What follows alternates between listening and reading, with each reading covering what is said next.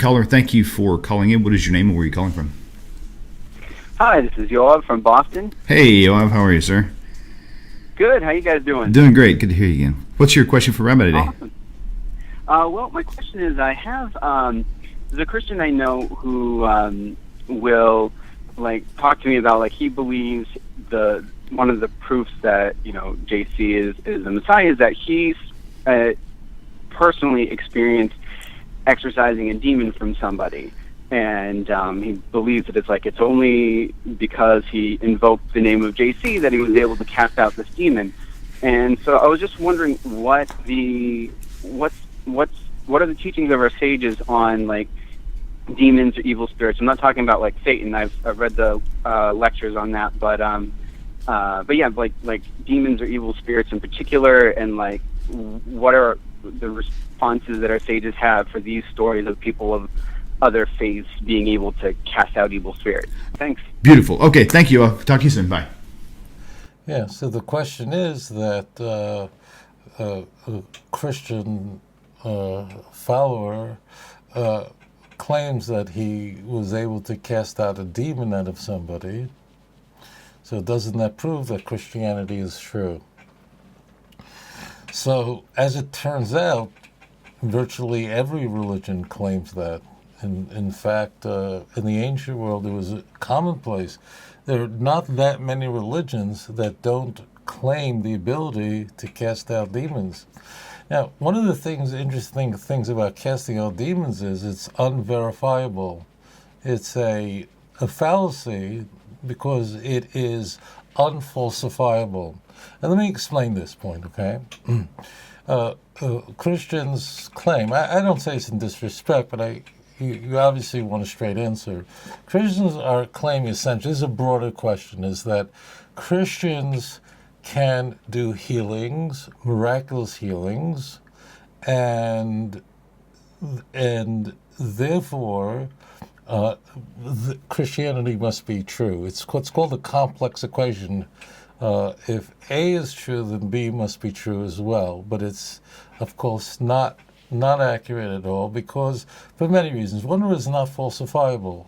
That means, why is it, for example, that there are some things that happen to people where they cannot be cured? For example, people go to war in the Persian Gulf and they get their legs blown off. Why isn't there not a single report ever that someone's leg grew back? Okay, so an explosive device blows off someone's leg, and their leg doesn't grow back.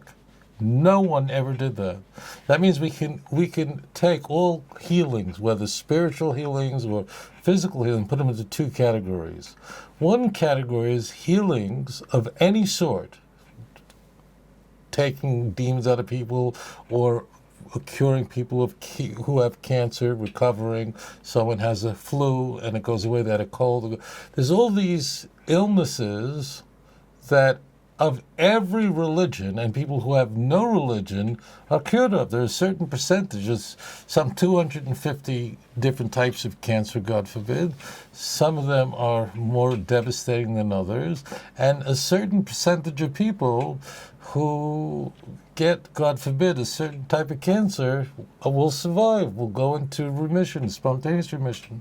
And people pray in every religion, whether they're Buddhists, whether they're any religion, and people are healed, and people of no religion are healed. Now, let's take group 2, okay, classification 2, and that is things that happen to people, devastating things, and no one is ever healed of it. Eyeball blown out in a violent attack, like in the terror attacks recently in Europe. Eyeballs are blown out. It happens. No one ever has an eyeball regenerate, ever, right? In the physical world, it can't be done. Now, why is it that Christianity, if they're really doing miracles, why are they only healing people of things that everyone else gets healed of? Meaning, why do the healings only happen with cancer or a demon possession, but it's untestable. You don't. How do you know there was ever a demon there, or there's such a thing as a demon, or was ever exorcised? How do you know? It's unverifiable.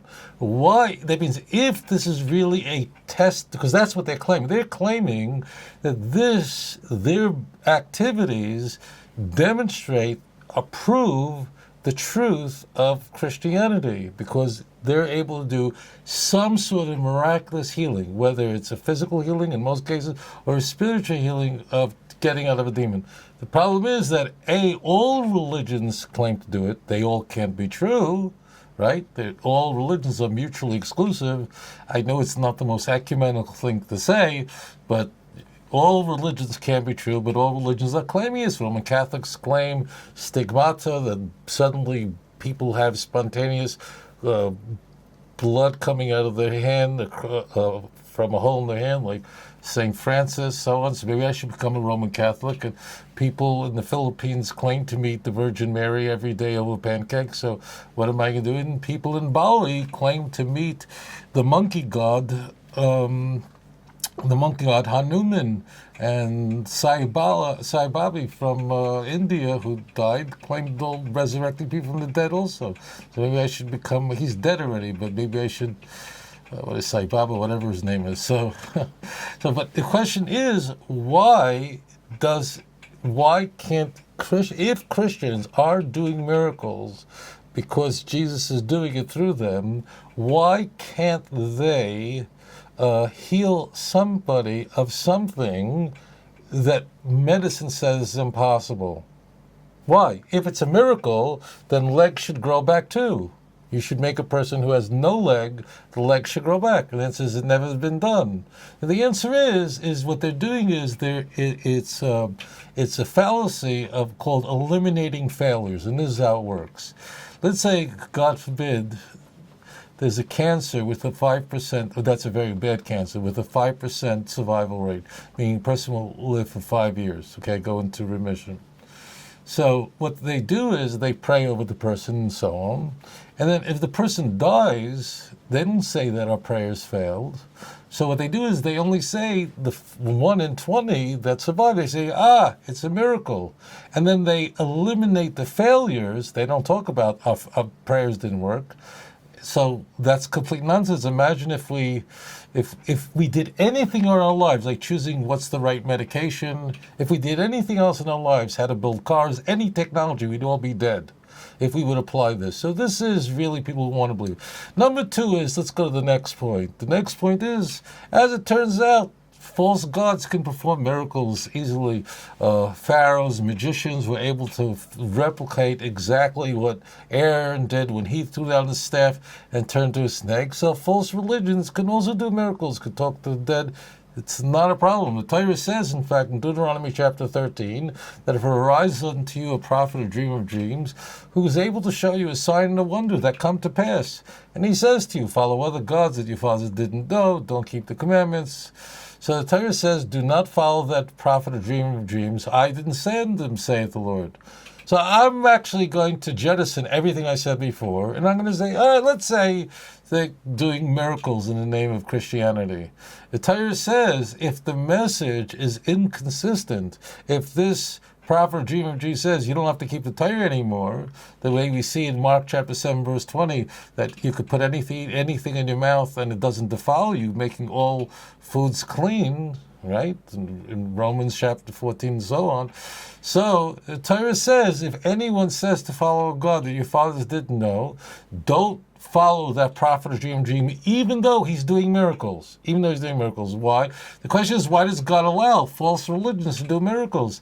And the answer is obvious, and that is, the Torah says, not my words, please look it up for yourself.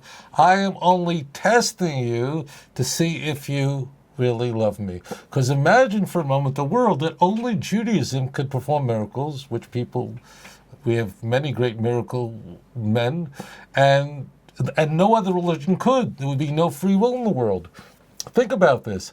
If, in fact, only Jews, rabbis, could perform miracles, and no other religion could do anything that appears miraculous or is miraculous, what would happen to free will? It would be evaporate.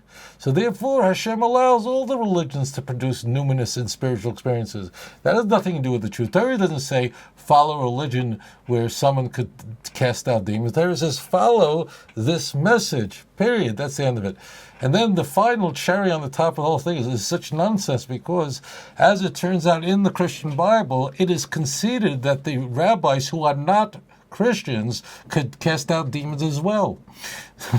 In Luke chapter 11, verse 19 and 20, the context is that Jesus is precisely, we are told, casting out demons, and he is accused, we are told, by the Jews, the Pharisees, scribes, that you are able only to do the cast out demons in the name of Beelzebub, which is a devil. You're using, it means Jesus is being accused here, and this is, please, if you're Christian, I'm not telling Lubavitchers to get a New Testament, but you can just take my word for it. It's in con. Here's the whole story. It's an improvement of Mark, but the story is that Jesus casting out devils. Okay, so let's go to him for a moment. Okay, and then those who are non-Christians, I mean, the Jews come, the Pharisee scribe come to him and says, I'll tell you how you're able to do it. You're able to do it because you're using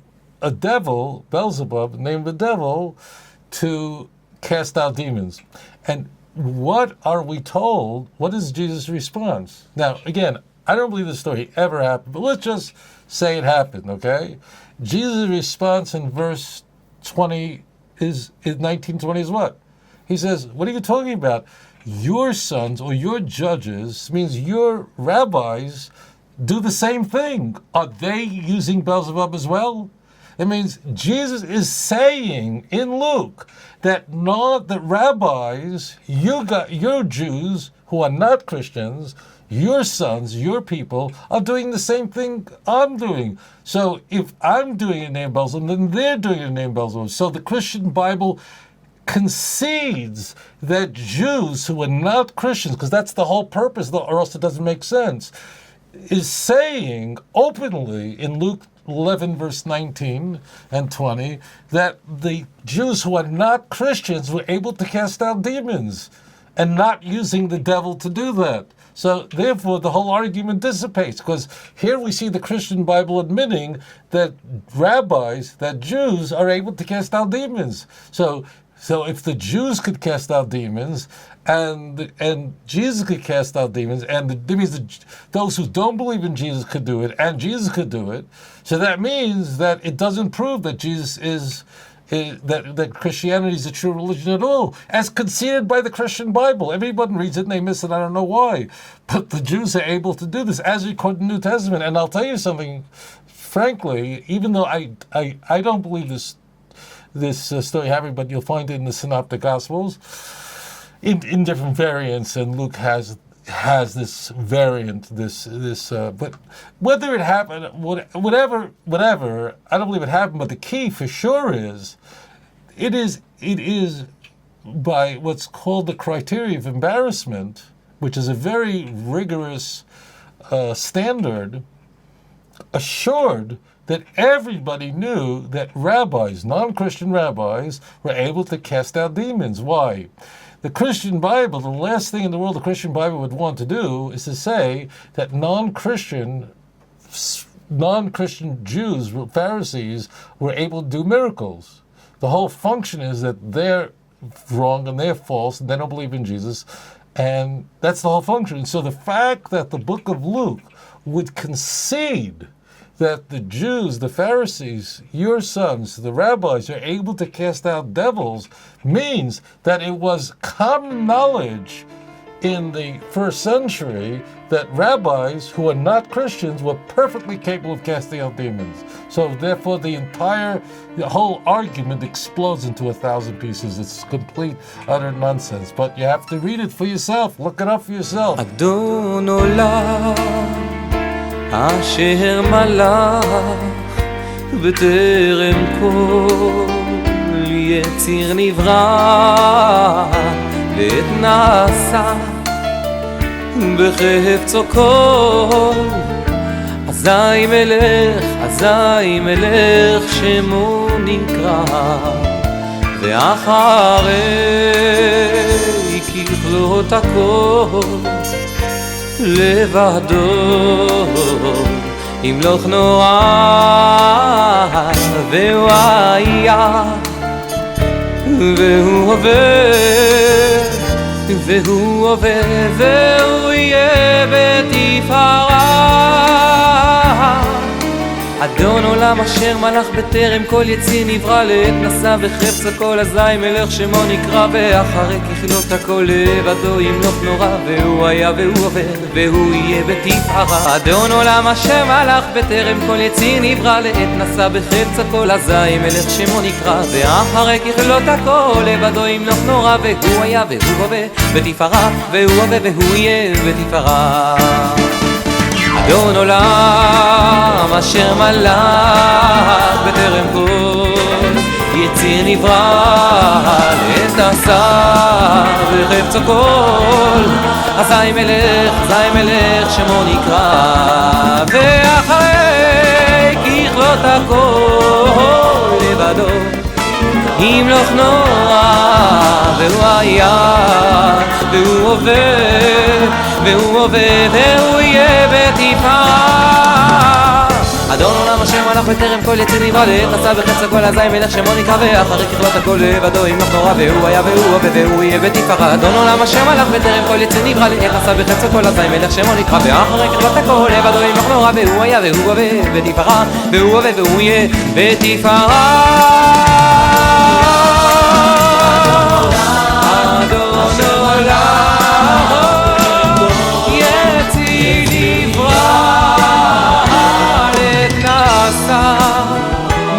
בחפצו כל, אזי מלך שמו נקרא.